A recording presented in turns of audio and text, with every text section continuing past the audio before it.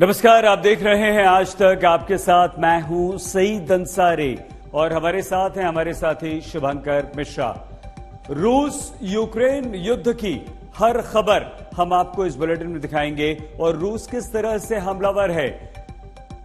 रूस ने अभी तक कोई भी ऐसे संकेत नहीं दिए हैं कि वो इस युद्ध में जरा सा भी इस युद्ध को खत्म करना चाहता है। 50वां दिन है।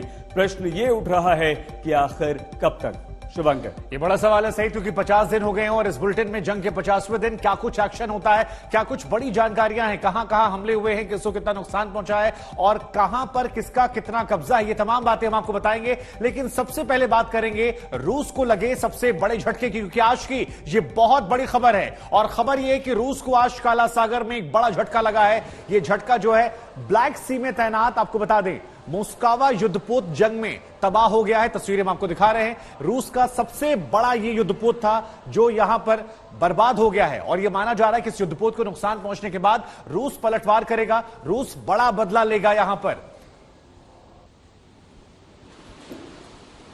तो बड़ी जानकारी लगातार हम आपको दे रहे हैं। रूस यूक्रेन को लेकर जानकारी यही है कि युद्धपोत जो इस वक्त आपको नजर आ रहा है, ये रूस का सबसे बड़ा युद्धपोत है और इस युद्धपोत को ब्लैक सी में खड़ा किया गया था। इसमें S-300 था, तमाम हथियार थे, लेकिन यहां पर बैक टू बैक मिसाइलों से हमला किया गया और उसके बाद ये तस्वीरें निकलकर सामने आई जो हम आपको आज तक पर दिखा रहे हैं।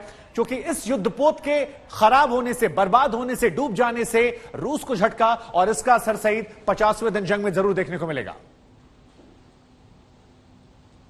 तो लगातार ये तस्वीरें हम आपको दिखा रहे हैं। यूक्रेन ये दावा कर रहा है कि उसने वहां पर 2 नेपच्यून मिसाइलें दागी हैं और नेपच्यून मिसाइलें दागकर ही रूसी युद्धपोत को नष्ट कर दिया। ये बड़ी जानकारी निकलकर सामने आई है। यूक्रेनी दावे के माने तो इस हमले में रूस के कई नौसैनिक ऐसे हैं जो मारे गए हैं।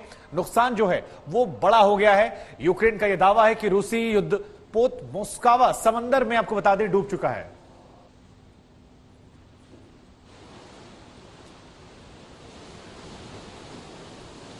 तो वो युद्धपोत इस वक्त हम आपको दिखा रहे हैं। कुछ ग्राफिक्स भी हमारे पास है, वो भी हम आपको दिखाएंगे, क्योंकि ग्राफिक्स देखना समझना आपके लिए जरूरी है। देखिए यहां पर ये जो आपको ग्राफिक्स नजर आ रहा है, यहां पर ये समझिए कि रूस को ये बड़ा नुकसान पहुंचा है और मिसाइल से, यहां पर जब 2 मिसाइल अटैक होता है तो युद्धपोत खत्म हो जाता है। ये युद्धपोत रूस का सबसे बड़ा युद्धपोत था, यानी सबसे बड़े हथियार पर सबसे बड़ा हमला।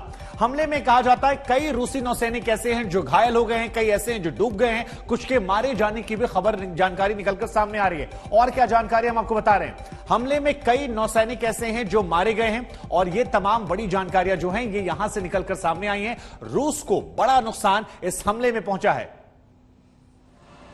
तो शुभंकर ने आपको बताया कि यूक्रेन किस तरह का रूस को नुकसान पहुंचाने का एक बड़ा दावा कर रहा है, लेकिन रूस इस पर किस तरह से रिएक्ट कर रहा है? क्या रूस ये मानने को तैयार है? देखिए, मोस्कवा युद्धपोत को भारी नुकसान हुआ है, ये रूस ने भी अब कहा है।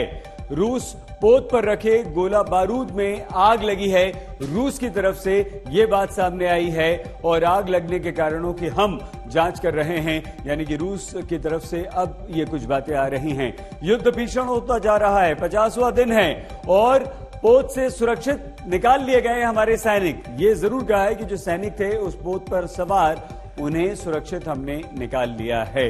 तो किस तरह से अब युद्ध और भीषण हो रहा है, देखिए हमारी इस रिपोर्ट में।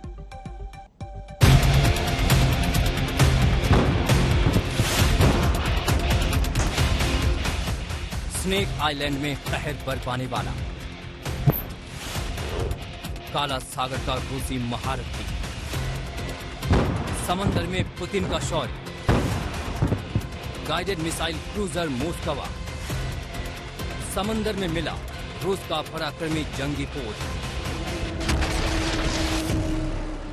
यूक्रेन में जंग के 50वें दिन की यह सबसे बड़ी खबर बताई जा रही है। जंग के जानकारों की नजर में रूस के मनोबल को ये सबसे बड़े झटके वाली खबर है। काला सागर में तैनात गाइडेड मिसाइल क्रूजर आग लगने से बुरी तरह बर्बाद हो गया है। यूक्रेन का क्लेम ये है कि वो यूक्रेन के मिसाइल स्ट्राइक्स की वजह से हुआ है, जबकि रशियंस का ये क्लेम है कि बेसिकली वहां पर एक ब्लास्ट हुआ और उस ब्लास्ट की वजह से मॉस्को में डैमेज हुआ। इसमें गौर करने वाली दो बातें हैं। पहली चीज ये कि देखिए, यूक्रेनियन और जो रशियन वॉर है ये शुरू से एक इंफॉर्मेशन डिसइंफॉर्मेशन नैरेटिव का एक तरह से विक्टिम रही है, इन द सेंस दैट हमने देखा कि वेस्ट जो है वो लगातार जब से ये वॉर शुरू हुई है, अब अभी तो ये 50वां दिन चल रहा है ऑलमोस्ट, लेकिन जब से ये वॉर शुरू हुई है लगातार एक एंटी रशिया नैरेटिव जो है वो बिल्ड किया है वेस्ट ने। काला सागर में रूसी युद्धपोत में कैसे लगी आग? क्या यूक्रेन ने रूसी जंगी जहाज को किया ध्वस्त? मोस्कवा की बर्बादी को लेकर रूस और यूक्रेन की तरफ से अलग अलग दावे किए जा रहे हैं। रूस का दावा है कि किलर मिसाइलों से लदे इस युद्धपोत के गोला बारूद में आग लग जाने की वजह से इसमें धमाका हुआ है, लेकिन यूक्रेन का दावा है कि उसने 2 नेपच्यून मिसाइल से रूसी युद्धपोत को नष्ट कर दिया। बहुत जबरदस्त तरीके से यूक्रेन ने रूस पर पलटवार करते हुए बीती रात ब्लैक सी में रूस की नौसेना के सबसे बड़े जहाज मस्कोवा को डुबा दिया, और ये रूस के लिए बहुत बड़ा सदमा, बहुत बड़ा धक्का है। जिस तरह से यूक्रेन की सेना ने नेपट्यून मिसाइल एक के बाद एक 2 नेपट्यून मिसाइल दागकर डुबा दिया 612 फुट लंबे जहाज को, जिसमें anti ship missile, anti submarine missile, anti air S-300 system लगा हुआ था। यह दिखाता है कि यूक्रेन ने बहुत जबरदस्त, बहुत भीषण पलटवार किया है। मोस्कवा में आग की वजह को लेकर अगर विरोधाभासी दावे हैं, तो पोत में मौजूद लोगों के हश्र को लेकर भी अलग अलग दावे हैं। रूस के मुताबिक उसने अपने सभी नौसैनिकों को युद्धपोत से निकाल लिया, जबकि यूक्रेन का कहना है कि युद्धपोत पर सवार कई नौसैनिक मारे जा चुके हैं। रिपोर्ट्स के मुताबिक युद्धपोत में चालक दल के 510 सदस्य सवार थे। ऐसी रिपोर्ट्स भी आ रही हैं कि युद्धपोत समंदर में पूरी तरह डूब गया है। मैक्सैट टेक्नोलॉजी की तरफ से जारी सैटेलाइट तस्वीर देखिए। सैटेलाइट तस्वीर में 7 से 10 अप्रैल के बीच मोस्कवा की तैनाती सेवेस्तोपोल में दिख रही है। जंग के दौरान रूस ब्लैक सी से यूक्रेन के अहम ठिकानों पर लगातार मिसाइलें दाग रहा था। रूसी रक्षा मंत्रालय की तरफ से जारी इस वीडियो को देखिए। रूसी सेना समंदर से मिसाइल दागकर यूक्रेन के हथियार डिपो और एयरक्राफ्ट हैंगर को निशाना बना रही है। रूस का कहना है कि वो अंधाधुंध हमले की जगह अब टारगेट पर एकदम सटीक वार करने की नीति पर चल रहा है, और इसके लिए अत्याधुनिक उन्नत हथियारों का इस्तेमाल किया जा रहा है। समंदर में हमला रूस को जंग में बड़ी बढ़त दिला रहा था। फरवरी में जब जंग की शुरुआत हुई तो स्नेक आइलैंड से मोस्कवा से कई मिसाइलें दागी गई थीं। लेकिन अब मोस्कवा की ताकत समंदर में विलीन हो गई है। पिछले महीने यूक्रेन ने अजोव में रूस की लैंडिंग सपोर्ट शिप को ध्वस्त करने का दावा किया था, यानी समंदर में रूस को झटका पर झटका लग रहा है। कीव से गौरव सावंत के साथ आज तक। तो ये रिपोर्ट हमने आपको दिखाई। अब आपको बता दें कि डोनेट्स्क के गवर्नर ने एक बड़ी जानकारी दी है और ये बताया है कि बड़ी संख्या में वहां पर नागरिक मारे गए हैं। तो डोनेट्स्क से ये बड़ी जानकारी निकलकर सामने आई है।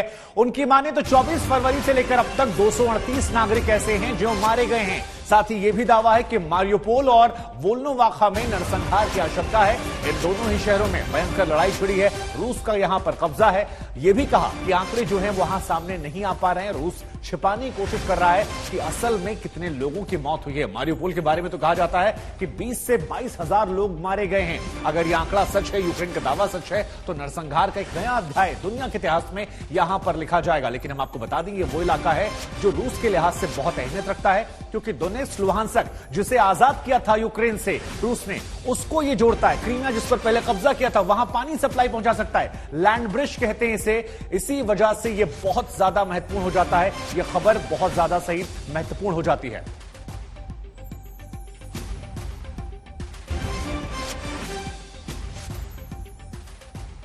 तो यूक्रेन के खिलाफ अभी भी रूस पूरी ताकत से लगातार हमला कर रहा है और उसने अब अपना ध्यान पूर्वी यूक्रेन पर लगाया है। हम आपको बता दें कि डोनेट्स्क लुहांस्क जिसका जिक्र हम कर रहे थे, उसे यूक्रेन से अलग करना मकसद है। रूस के इसी हमले से निपटने के लिए अमेरिका ने यूक्रेन को $80 की मदद की पेशकश की है। और इस मदद में एक बहुत बड़ा हिस्सा हथियारों का है। रूस ने अमेरिका और नेटो को आगाह कर दिया है कि अगर उसके सैन्य वाहन या विमान यूक्रेन की सीमा में दिखाई दिए तो उन्हें उड़ा दिया जाएगा।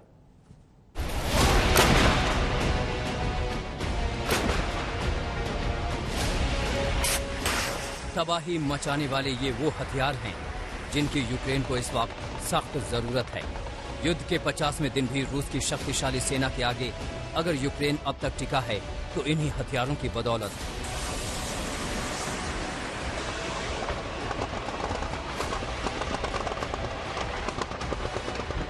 यूक्रेन के राष्ट्रपति जेलेंस्की ने अमेरिकी राष्ट्रपति जो बाइडेन से फोन पर बात की।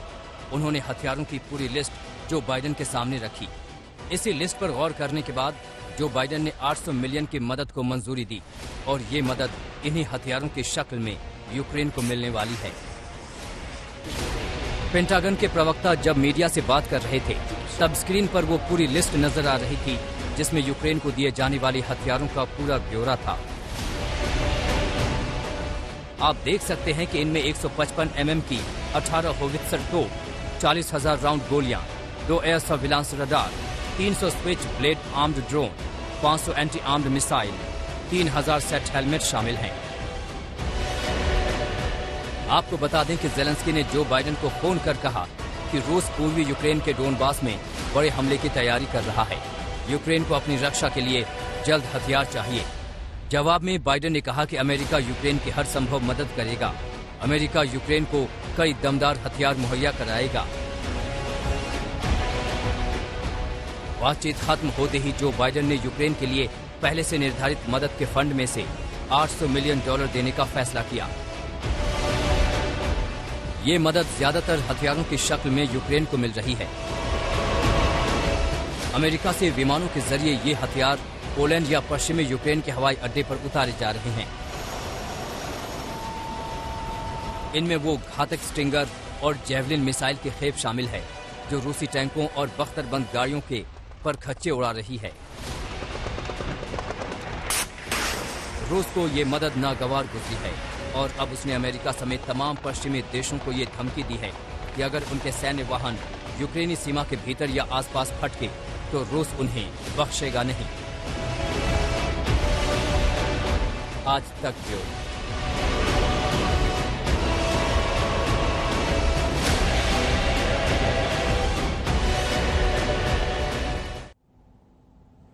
तो यूक्रेन से युद्ध के बीच रूस ने अब फिनलैंड और स्वीडन को जबरदस्त धमकी दी है। रूस ने फिनलैंड और स्वीडन की सीमा के पास मिसाइलें और घातक जंगी हथियार तैनात कर दिए हैं। देखिए, इस तरह से रूस ने इन दोनों देशों को साफ तौर पर आगाह कर दिया है कि हथियारों से यूक्रेन की मदद बिल्कुल न करें। और इसके बावजूद फिनलैंड और स्वीडन, ये दोनों ही देश अमेरिका के बाद यूक्रेन को सबसे ज्यादा हथियार मुहैया करा रहे हैं। लेकिन यहां पर खतरनाक बात यह है कि रूस ने इन दोनों से नेटो में शामिल न होने का आश्वासन मांगा था, मगर दोनों ही देश इससे मुकर गए हैं। मतलब यह हुआ कि जिस तरह से यूक्रेन ने रूस की बात नहीं मानी थी, नेटो में शामिल होने की कोशिश की थी शुभंकर, उसके बाद यह भीषण युद्ध हुआ था। हालांकि नेटो कह रहा है कि आप रूस के दबाव मत आएं, ये भी बड़ी बात है।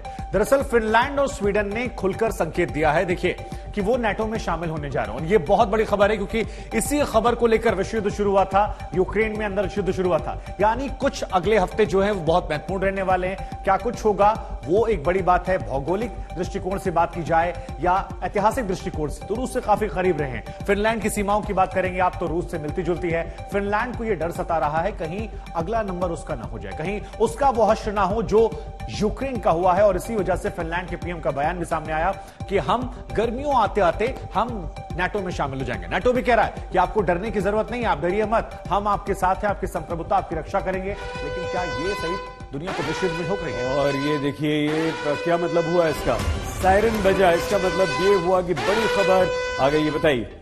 अब बड़ी खबर की बात कर लें। रूसी जंगी जहाज पर यूक्रेन का हमला हुआ है, ये बड़ी जानकारी आई है। और आज जंग के 50वें दिन की सबसे बड़ी खबर यही है कि रूस के सबसे बड़े युद्धपोत पर, जिसकी तस्वीर इस वक्त हम आपको दिखा रहे हैं आज तक पर, उस पर एक बड़ा हमला हुआ। एक नहीं, 2 मिसाइलों से हमला हुआ है। और यह सबसे बड़ा युद्धपोत अब समंदर की गहराइयों में जाकर डूब चुका है। इसे रूस के लिए एक बहुत बड़ा झटका माना जा रहा है। और इसी का गुस्सा रूस ने आज खार्किव पर जो बैक टू बैक बमबारी होती है सईद, उसमें दिखाया। क्योंकि रूस ने आज जब बयान दिया कि कीव पर हो सकता है हम दोबारा हमला करें, तो उसके पीछे यही जहाज है जो अब समंदर की गहराइयों में कहीं डूब चुका है, जो S-300 से लैस था, जो बहुत ताकतवर, शक्तिशाली था। तो ये जहाज जो है ये हमने आपको दिखाया जंग में। यूक्रेन ने, आपको बता दें, रूसी युद्धपोत को तोड़ा दिया, लेकिन इसके बाद जैसा सईद हम बता रहे थे, रूसी फौज बौखला गई है। रूस ने यूक्रेन के दूसरे सबसे बड़े शहर खार्किव को निशाना बनाना तेज कर दिया है और आलम यह है कि खार्किव पर सईद लगातार बमबारी हो रही है। बिल्कुल शुभंकर, और यूक्रेन को मारियोपोल की लड़ाई में भी एक बड़ा झटका लगा है, यानी कि मारियोपोल रूसी सेना के सामने मरीन ब्रिगेड के 1000 से ज्यादा जवानों को सरेंडर करना पड़ा है। रूस ने मारियोपोल पोर्ट पर कब्जे का भी दावा किया है।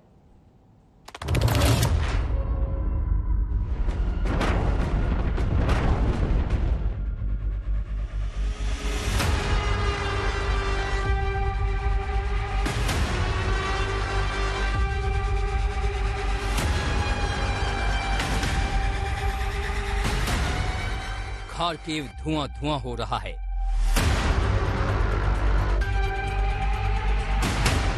तस्वीरें देखिए कैसे बम बरस रहे हैं।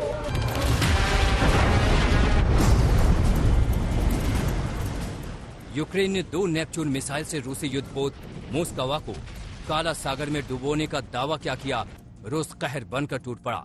ये तस्वीर खार्किव की है, जहां रूस ने भीषण बमबारी की है।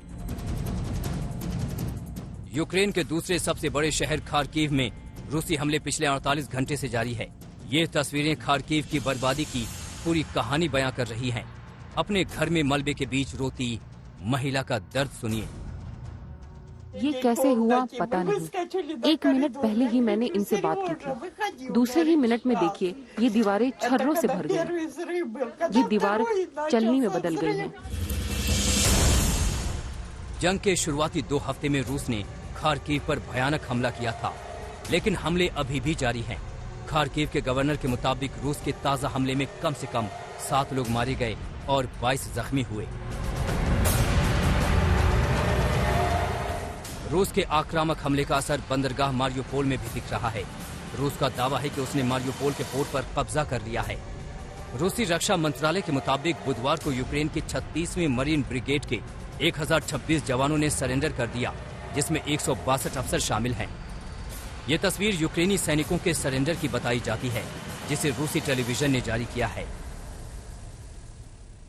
Можно бояться, можно не бояться, сдаваться все равно надо. Выбор не особо великий. Во-первых, кольцо достаточно плотное, во-вторых, это минимум 5 эшелонов, поэтому не очень непросто будет выйти отсюда, если кто-то думает, что он просто выйдет. इस वक्त मारियोपोल के अजोवस्तल इलाके में भयंकर लड़ाई छिड़ी हुई है। यूक्रेनी फौज के आखिरी गढ़ पर कब्जे के लिए रूसी और उसकी समर्थक सेना ने कुछ हफ्तों से इलाके को घेर रखा है। डोनबास का जो पोर्ट निशाने पर है, इसका जवाब देने के लिए यूक्रेन की मरीन ब्रिगेड भी तैयार है, लेकिन गोला बारूद की कमी बड़ी बाधा के रूप में सामने आई है। यूक्रेन की मरीन ब्रिगेड ने अपने फेसबुक पेज पर लिखा है, मारियोपोल में निर्णायक लड़ाई के लिए तैयार हैं। इसका अंत या तो मौत के रूप में होगा या कब्जे के रूप में। हमारे गोला बारूद अब खत्म हो रहे हैं।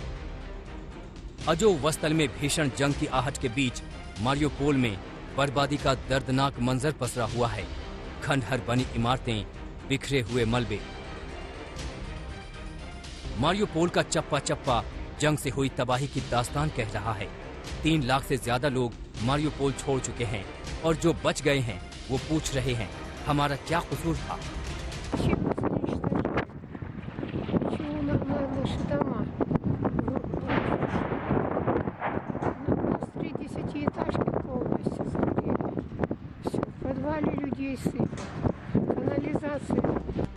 रूसी शासक अलेक्जेंडर III की पत्नी मारिया प्योदोरोवना के नाम पर बसा मारियोपोल शहर अजोव सागर के पास सबसे बड़ा यूक्रेनी शहर है।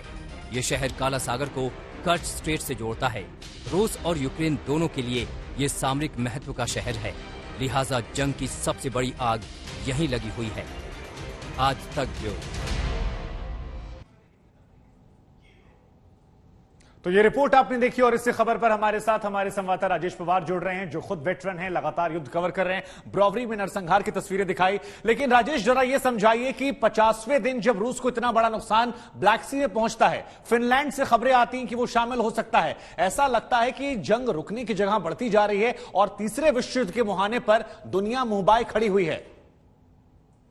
देखिए शुभंकर, पहले इससे पहले कि मैं आपके सवाल का जवाब दूं, आपको बता दूं कि बहुत दिन के बाद अभी जब आप रिपोर्ट दिखा रहे थे 3-4 मिनट पहले हमने कीव में पहला एयर रेड सायरन सुना है, बहुत दिन के अंतराल के बाद। तो ये खबर मैं आपको और आपके दर्शकों को दे देना चाहता था। कहीं ना कहीं हो सकता है जो आप बोल रहे हैं कि रूसी समुद्री जहाज को निशाना बनाया है, हो सकता है उसकी प्रतिक्रिया में रूस कुछ हमलों की तैयारी कर रहा हो कीव के ऊपर। जैसा उन्होंने बोला है कि हम जो डिसीजन मेकिंग सेंटर है उन पे हमला करेंगे। अभी आपकी बात पे आता हूं फिनलैंड की। देखिए, रूस ने जब यूक्रेन पे हमला किया था तो उसने उसका कारण बताया था कि ये हमारे लिए रेड लाइन है कि किसी भी तरह की नाटो फौज या उनके मिसाइल्स हमारे बॉर्डर पर तैनात हो। इसी तरह जिस तरह यूक्रेन का बॉर्डर शेयर करता है रशिया के साथ में, फिनलैंड भी बॉर्डर शेयर करता है रशिया के साथ में। उनकी संधि है सेकेंड वर्ल्ड वॉर के बाद से कि वो न्यूट्रल रहेगा और किसी भी तरह की इनके बीच में दुश्मनी नहीं रहेगी। लेकिन अब फिनलैंड ने ऐलान कर दिया है कि वो नेटो ज्वाइन करना चाहते हैं, प्रोसेस शुरू कर रहे हैं और गर्मियों के बीच तक वो प्रॉब्ली नेटो ज्वाइन कर लेंगे। साथ ही साथ स्वीडन ने भी कह दिया है कि अगर फिनलैंड ज्वाइन करेगा तो हम भी नेटो ज्वाइन कर सकते हैं। ये अपने आप में बहुत बड़ी डेवलपमेंट्स हैं और ये युद्ध को अगले स्तर तक ले जा सकती हैं, इस युद्ध को विश्व युद्ध में बदल सकती हैं। शुभंकर, एक और सायरन सुने आपको सायरन आ रहा है? सायरन ये बहुत दिनों बज रहा है। सायरन की आवाज आ रही है आपको शुभंकर? जी जी, ये बहुत दिन बाद सायरन बजा है कीव के अंदर। कीव शहर में सायरन मैं 10 दिन के बाद सुन रहा हूं। 10 दिन तक कोई आप देखिए ब्रेक लेने का वक्त है, लेकिन एक छोटा सवाल पूछ लेता हूं आपसे मैं। इस्तांबुल के बाद जो पीस प्रक्रिया शुरू हुई थी, क्या माना जाए कि सायरन के बजने से वो खतरा फिर से बरकरार हो गया है? मतलब सायरन का मतलब ये एयर रेड सायरन है, लगातार आवाज आ रही है सायरन की। राजेश, ये जो आवाज अब हम सुन रहे हैं, एक बार प्लीज हमारे दर्शकों को बताइए, ये वही एयर रेड सायरन है? फिर से लगातार बज रहे हैं क्या? लगातार बज रहा है। अभी सईद आप सुन रहे, लगातार चौथी बार बजा है ये लगातार। अभी एक और बजा, क्या मतलब हुआ? एकदम हाई अलर्ट? इसका मतलब कि एयर रेड की आशंका है कहीं ना कहीं, फिर लगातार बज रहा है। ये बहुत दिन बाद सुन रहे हैं हम, 10-12 दिन के बाद पहली बार मैं एयर रेड सायरन सुन रहा हूं कीव के अंदर। ये देखिए लगातार। तो ये कहीं ना कहीं इस चीज का इशारा करता है कि यूक्रेनी रडार्स ने कोई फिर बजा। देखिए बहुत दिन बाद लगातार बज रहा है अभी। ये इस बात का इशारा कर रहा है कि कहीं ना कहीं इस यूक्रेनियन रडार्स ने कोई मूवमेंट पकड़ी है हवा में, जो कोई मिसाइल हो सकती है, हवाई हमला हो सकता है कीव के ऊपर। नहीं तो राजेश, सवाल यही कि जो एयर रेड सायरन बज रहा है कल की घटना के बाद, क्या उसका रिटेलिएशन माने रूस की तरफ से? ये फिर हो सकता है अगर हमला होता है। लगातार आवाज आ रही है। जी बिल्कुल। ये इस बात फिर दोबारा देखिए लगातार चल रहा है। इसका मतलब कुछ ना कुछ हो सकता है कीव के ऊपर कार्रवाई हो आज, क्योंकि रूस ने बोला है कि अगर इस तरह के हमले जारी रहे रूसी टेरिटरी के अंदर तो वो डिसीजन मेकिंग सेंटर्स पे हमला करेगा। और सबसे बड़ा डिसीजन मेकिंग सेंटर जो यूक्रेन का है वो राजधानी में है, कीव के अंदर है। देखिए लगातार सायरन बज रहा है अभी। ये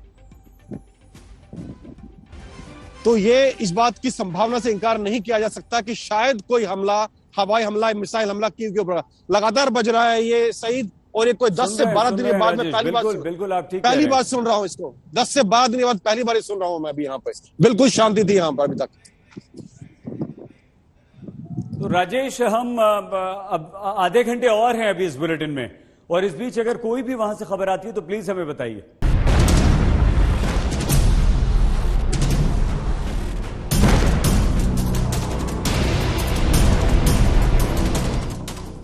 रूस यूक्रेन युद्ध में मैदान पर घमासान।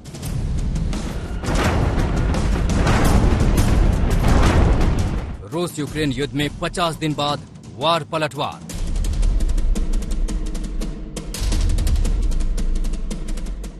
और इन हमलों के बीच आई काला सागर में तैनात गाइडेड मिसाइल क्रूजर के खाक होने की खबर, तो सवाल उठा, काला सागर में रूसी युद्धपोत में कैसे लगी आग? क्या यूक्रेन ने रूसी जंगी जहाज को किया ध्वस्त? रूसी युद्धपोत मोस्कवा की बर्बादी को लेकर रूस और यूक्रेन की तरफ से अलग अलग दावे किए जा रहे हैं। रूस का दावा है कि किलर मिसाइलों से लदे इस युद्धपोत के गोला बारूद में आग लग जाने की वजह से इसमें धमाका हुआ है, लेकिन यूक्रेन का दावा है कि उसने 2 नेपच्यून मिसाइल से रूसी युद्धपोत को नष्ट कर दिया। बहुत जबरदस्त तरीके से यूक्रेन ने रूस पर पलटवार करते हुए बीती रात ब्लैक सी में रूस की नौसेना के सबसे बड़े जहाज मस्कोवा को डुबा दिया। और यह रूस के लिए बहुत बड़ा सदमा, बहुत बड़ा धक्का है। जिस तरह से यूक्रेन की सेना ने नेपट्यून मिसाइल, एक के बाद एक 2 नेपट्यून मिसाइल दागकर डुबा दिया 612 फुट लंबे जहाज को, जिसमें anti ship missile, anti submarine missile, anti air S-300 system लगा हुआ था। यह दिखाता है कि यूक्रेन ने बहुत जबरदस्त, बहुत भीषण पलटवार किया है रूस पर। मोस्कवा में आग की वजह को लेकर अगर विरोधाभासी दावे हैं, तो पोत में मौजूद लोगों के हश्र को लेकर भी अलग अलग दावे हैं। रूस के मुताबिक उसने अपने सभी नौसैनिकों को युद्धपोत से निकाल लिया, जबकि यूक्रेन का कहना है कि युद्धपोत पर सवार कई नौसैनिक मारे जा चुके हैं। रिपोर्ट्स के मुताबिक युद्धपोत में चालक दल के 510 सदस्य सवार थे। ऐसी रिपोर्ट्स भी आ रही हैं कि युद्धपोत समंदर में पूरी तरह डूब गया है। जंग के दौरान रूस ब्लैक सी से यूक्रेन के अहम ठिकानों पर लगातार मिसाइलें दाग रहा था। समंदर से हमला रूस को जंग में बड़ी बढ़त दिला रहा था। फरवरी में स्नेक आइलैंड से मोस्कवा से कई मिसाइलें दागी गई थीं, लेकिन अब मोस्कवा की ताकत समंदर में विलीन हो गई है। कीव से गौरव सावंत के साथ आज तक ब्यूरो। यूक्रेन का युद्ध जैसे अंतहीन होता जा रहा है, 50 दिनों के बाद न तो रूस का आक्रमण धीमा पड़ा है और न ही यूक्रेन का हौसला धीमा पड़ा है। 50 दिनों के बाद भी यूक्रेन के तमाम शहरों में पुतिन की फौज तबाही वाले ऑपरेशन को चला रही है। आज हमारे पास एक ऐसा वीडियो आया है जिसमें टैंकों और बख्तरबंद वाहनों का भीषण बर्बादी नजर आ रही है। जब दो सेनाएं टकराती हैं, तो धधकती है आग, बरसते हैं शोले। जब दो सेनाओं का आमना सामना होता है, तो होती है तबाही और बरसती है बर्बादी। 50 दिन बाद यूक्रेन पूरी तरह बर्बाद हो चुका है। रूस ने इस खुशहाल मुल्क को मटियामेट कर दिया है।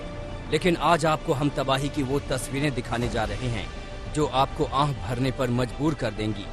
आज हम आपको ले चलेंगे टैंकों के उस कब्रिस्तान में जहां आप झकझोर देने वाली युद्ध की विनाश लीला देखेंगे। तस्वीर नंबर 1, तस्वीर नंबर 2, तस्वीर नंबर 3, तस्वीर नंबर 4, तस्वीर नंबर 5, तस्वीर नंबर 6, तस्वीर नंबर 7, तस्वीर नंबर 8, तस्वीर नंबर 9, तस्वीर नंबर 10।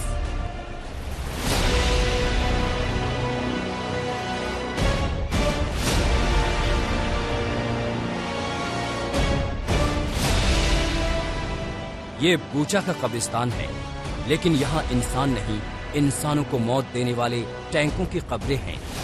यही वो जगह है जहाँ युद्ध में ध्वस्त टैंकों और बख्तरबंद गाड़ियों का कबाड़ लाकर रखा गया है। अब आप करीब 2 मिनट के इस वीडियो का एक एक फ्रेम देखते जाइए। देखिए मिसाइल हमले ने इस टैंक के कैसे परखच्चे उड़ा दिए हैं। कभी ये टैंक शोले उगलता होगा, आज इस कब्रिस्तान में खामोश पड़ा है। और ये युद्ध में इस्तेमाल होने वाले रूस के सैन्य वाहन हैं, जिन्हें यूक्रेन की सेना ने मटियामेट कर दिया है। औंधे मुंह गिरे जर्जर हो चुके इस रूसी टैंक को देखिए। इस पर रूसी टैंक में जो शब्द लिखा है उसका मतलब होता है बच्चे। इसका क्या मतलब हो सकता है नहीं मालूम, लेकिन इसी बूचा में रूसी सैनिकों ने कत्लेआम किया था, उनमें कई बच्चे भी शामिल थे। बूचा में नरसंहार की वो तस्वीरें इस युद्ध की सबसे विनाशक तस्वीरों में से एक है। बूचा इस युद्ध को कभी न भूलने देगा और ये इन टैंकों को देखकर भी लग रहा है कि दो सेनाएं कितनी ताकत से टकरा रही हैं। पुतिन तो जैसे आमादा हैं यूक्रेन को मिट्टी में मिला देने पर। मारियोपोल से आई ताजा तस्वीरें भी सबूत हैं कि वहां किस हद तक तबाही हो रही है। इस युद्ध में धार्मिक संस्थान भी नहीं बचा पा रहे। मारियोपोल में रूस की सेना ने रिहायशी इमारतों के साथ चर्च को भी जमींदोज कर दिया। मौसमी सिंह, किरविरी, आज तक।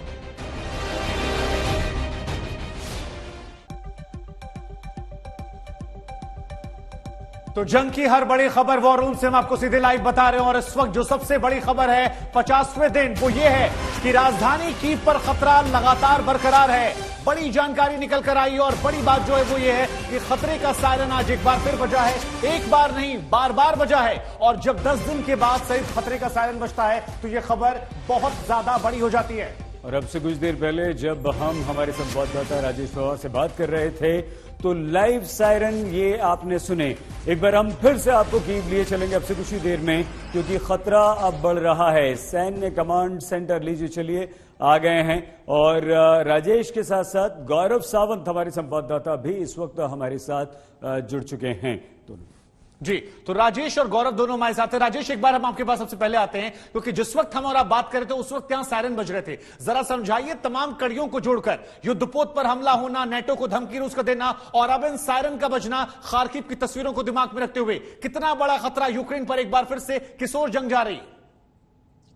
देखिए, जिस तरह की खबरें आ रही हैं कि यूक्रेन ने एक रूसी जहाज, समुद्री जहाज के ऊपर हमला करके उसको डुबो दिया है और दूसरा रूसी टेरिटरी के अंदर, रूस की सीमा के अंदर कुछ गांवों पे गोलाबारी की है, उससे लगता है कि कहीं ना कहीं इस युद्ध में एस्केलेशन आ रहा है। यूक्रेन अगर इस तरह की कार्रवाई करेगा तो ये जाहिर सी बात है कि रूस कुछ ना कुछ बड़ी कार्रवाई करेगा और उसने जो चेतावनी दी थी कि वो डिसीजन मेकिंग सेंटर्स हैं वहां पर हमला कर सकता है, इंक्लूडिंग इनकी जो राजधानी है यहां पर भी हमला हो सकता है। यह सायरन कहीं ना कहीं उस तरफ संकेत करते हैं कि इसकी संभावना बनी हुई है। जहां जिंदगी नॉर्मल लौट रही थी, अभी नॉर्मल ढर्रे पे आ रही थी, वहां लगता है दोबारा से किसी एस्केलेशन के चांसेस हैं। इसके अलावा मैं बता दूं वो ग्लोबल स्केल पे हर जगह गतिविधियां बहुत ज्यादा बढ़ गई हैं। अभी जो ये 3 कंट्रीज हैं, ऑस्ट्रेलिया, यूके और यूएस, इन्होंने हाइपरसोनिक मिसाइल्स पे काम बड़ी तेजी से आगे बढ़ा दिया है, उसकी अनाउंसमेंट की है। इसके अलावा जो ऑस्ट्रेलिया ने अपना डिफेंस बजट बढ़ा दिया है, जापान ने अपना डिफेंस बजट बढ़ा दिया है, ये सब अमेरिकन अलाइज हैं। देखिए आप, चीन ने सर्बिया को हथियार सप्लाई किए हैं जो कि रशियन अलाई है। तो अगर आप इन सब चीजों पर नजर डालें, फिनलैंड और स्वीडन के डिसीजन के ऊपर नेटो ज्वाइन करने के, तो कहीं ना कहीं हमें लगता है कि पूरी दुनिया में, मतलब क्या आप सीधे सीधे एक वर्ल्ड वॉर की तरफ दुनिया को बढ़ता हुआ देख रहे हैं? देखिए सईद, वर्ल्ड वॉर हो गया या नहीं हुआ तो नहीं कहा जा सकता, लेकिन जो संकेत आ रहे हैं ऐसा लगता है कि पूरी दुनिया का हर बड़ा मुल्क इस वक्त तैयारी कर रहा है कि अगर वर्ल्ड वॉर होता है तो वो पूरी तरह से तैयार होने चाहिए, उनकी सुरक्षा पूरी तरह से तैयार हो, उनकी फोर्सेस तैयार हो। और कोई भी अगर हमला होता है तो दोनों तरफ की, चाहे वो चीन रशिया हो इस तरफ, सर्बिया हो इस तरफ, या जापान, ऑस्ट्रेलिया, अमेरिका, यूरोप उस तरफ हो, सब अपनी अपनी तैयारियां पूरी कर रही हैं। देखिए अब रोमानिया में उन्होंने आयोडीन टैबलेट्स बंटवा दी हैं जनता के बीच में कि अगर न्यूक्लियर वॉर होगा तो लोग वो आयोडीन टैबलेट्स खा सकते हैं। तो ये सब संकेत कहीं ना कहीं इस तरफ जा रहे हैं कि कुछ ना कुछ बड़ा होने की अंदेशा हर किसी को है। सही, ठीक है, हमारे साथ क्योंकि हमारे एक और संवाददाता गौरव सावंत जुड़े हैं। गौरव, जरा ये समझाइए कि ऐसा लग रहा है कि युद्ध लंबा खींचने वाला, फिनलैंड का भी जिक्र हो रहा है, तो क्या रूस इतना ताकतवर है जैसे वो धमकियां दे रहा है नेटो को, वो इन तमाम देशों से एक साथ युद्ध लड़ सकता है? और कीव में जो ये सायरन बजे, इसका एनालिसिस आप कैसे करते हैं, क्योंकि आप भी डे 1 से वहां रिपोर्टिंग कर रहे हैं? देखिए, कीव पर खतरा लगातार बढ़ता जा रहा है और इसकी वजह यह है कि रूस ने जिस सफलता की उम्मीद की थी इस युद्ध में 50 दिन पहले, ये कहा था कि 3 दिन में वो कीव में आ जाएंगे या 1 हफ्ते में आ जाएंगे, जिस तरह की बात थी ऐसा बिल्कुल नहीं हुआ। और आज रूस का सबसे बड़ा युद्धपोत जो ब्लैक सी फ्लीट का था मस्कवा, उसे डुबा दिया गया। तो ये रूस की अब एक प्रतिष्ठा का प्रश्न हो गया है, इसीलिए उसे कोई विजय इस क्षेत्र में दिखाना बहुत ही आवश्यक है। जिस तरह से रूस की सेना मारियोपोल से अब ज़ेप्रोजिया की तरफ बढ़ रही है, आप यहां पर देख सकते हैं बहुत जबरदस्त वीवीआईपी मूवमेंट हो रहा है, क्योंकि कई हेड्स ऑफ स्टेट और गवर्नमेंट इस समय यहां पर यूक्रेन में मौजूद हैं, कीव में मौजूद हैं। कई देशों के राष्ट्राध्यक्ष और बड़े बड़े प्रतिनिधि मंडल यहां इस समय आए हैं। इंटरनेशनल एड की यहां बात की जा रही है। यहां के राष्ट्रपति अब से थोड़ी ही देर में कुछ और मांगे भी रखने वाले हैं, जिस तरह के उन्हें हथियारों की आवश्यकता है। जैसे उन्होंने चेक रिपब्लिक से T-72 टैंक मांगे हैं, स्लोवाकिया से S-300 सिस्टम मांगा है, उन्होंने MiG-29 लड़ाकू विमान स्लोवाकिया से मांगे हैं। तो कहीं ना कहीं अब यूक्रेन का यह कहना है कि जिस तरह से उनके पास अगर और एंटी शिप मिसाइल्स होती, जैसे मस्कवा को डुबाया, जिस तरह से उन्होंने साराटोव एक लैंडिंग शिप को निशाना बनाया, तो रूस को भी पीछे किया जा सकता है अगर उनके पास लड़ाकू विमान और जहाज और टैंक हो। अब देखना यह होगा कि आने वाले हफ्तों में जिस तरह से अमेरिका ने उन्हें 100 स्विच ब्लेड ड्रोन्स दिए हैं, जिस तरह से उनको हेलीकॉप्टर मिल रहे हैं, 155 मिलीमीटर तोपों की वो मांग कर रहे हैं, अगर उन्हें वो हथियार मिलते हैं तो इस युद्ध की रूपरेखा आने वाले समय में बदल सकती है, लेकिन इसका एक पक्ष यह भी हो सकता है कि अगर ऐसा हुआ तो रूस और बड़े हथियारों से राजधानी कीव को भी निशाना बना सकता है। मतलब कुल मिलाकर गौरव और राजेश, आप दोनों ये बता रहे हैं कि संकेत जो आ रहे हैं वो तबाही के आ रहे हैं, शांति के नहीं आ रहे हैं। आप दोनों बने रहिए हमारे साथ, हम आपके पास लौटेंगे, आपसे और सवाल जवाब करेंगे। लेकिन दर्शकों को हम बता देंगे, कीव में ज़ेलेंस्की हर दिन दूसरे देश के नेताओं से मुलाकात कर रहे हैं। जो बात हम कह रहे थे कि मुलाकात का सेंटर बन गया है, कीव में बैठकर कई देशों की संसद को वो लगातार संबोधित भी कर रहे हैं। सही, और रूस को यह सब बहुत बुरा लग रहा है, उसको बिल्कुल भी ये नागवार गुजर रहा है। और रूस का गुस्सा इस बात पर भी है कि यूक्रेन के सैनिक उसी सीमा के अंदर हमले कर रहे हैं। गुस्सा रूस ने अब कीव के कमांड सेंटर को उड़ाने की बड़ी धमकी दे डाली।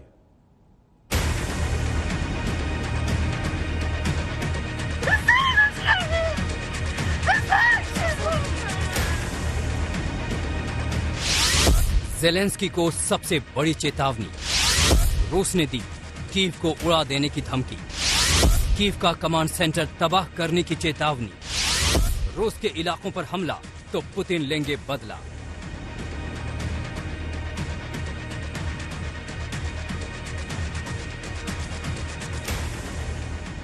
ये वही कीव है जहां ज़ेलेंस्की पोलैंड, लिथुआनिया, लैटविया और एस्टोनिया के राष्ट्रपतियों से मिल रहे हैं।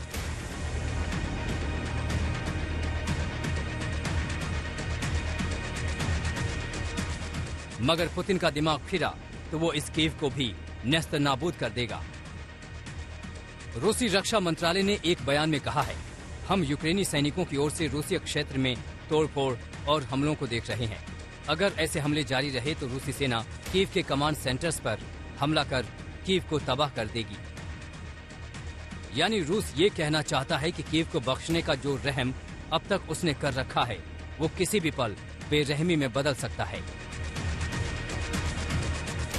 आखिर रूस कीव को उड़ा देने की धमकी क्यों दे रहा है? इसकी वजह है ऐसी तस्वीरें, बेलगोरोद हमला, बेलगोरोद तेल डिपो में आग। यूक्रेन और रूस की सरहद से महज कुछ ही दूर स्थित ये रूस का बेलगोरोद शहर है। कुछ दिनों पहले ही रूस ने इल्जाम लगाया था कि यूक्रेन ने उसके तेल डिपो पर हमला किया। इस आरोप के जवाब में ज़ेलेंस्की ने कहा था कि यूक्रेन की कार्रवाई जारी रहेगी। ज़ेलेंस्की के इस जवाब के बाद रूस ने साफ कर दिया कि अब यूक्रेन से बातचीत की कोई गुंजाइश नहीं है। वहीं पुतिन ने कह दिया कि युद्ध में जीत होने तक रूस के हमले जारी रहेंगे। इस महीने की शुरुआत में रूसी सैनिकों ने कीव के उत्तर से अपने कदम पीछे खींच लिए थे। अब पूर्वी और दक्षिणी यूक्रेन पर पुतिन की नजर है। मारियोपोल में बंदरगाह का पूरा कब्जा रूस के पास है। हालांकि यूक्रेनी सैनिक अब भी उसे फिर से हासिल करने के लिए लड़ रहे हैं। इस दौरान कीव में ज़ेलेंस्की का बेधड़क दुनिया भर के नेताओं से मिलना जुलना रूस को नागवार गुजरा है। ज़ेलेंस्की को दहशत में डालने के लिए उसने कीव कमांड सेंटर को उड़ाने की धमकी दे दी है। कीव में राजेश पवार और गौरव सावंत के साथ आज तक ब्यूरो।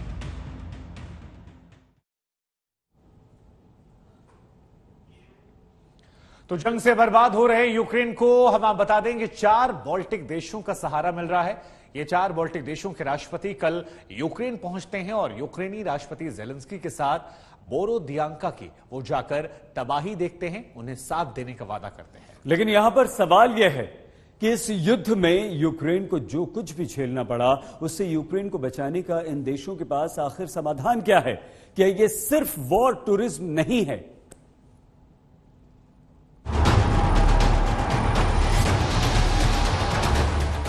ये रूसी हमले के खिलाफ यूक्रेन के प्रति एकजुटता की तस्वीर है।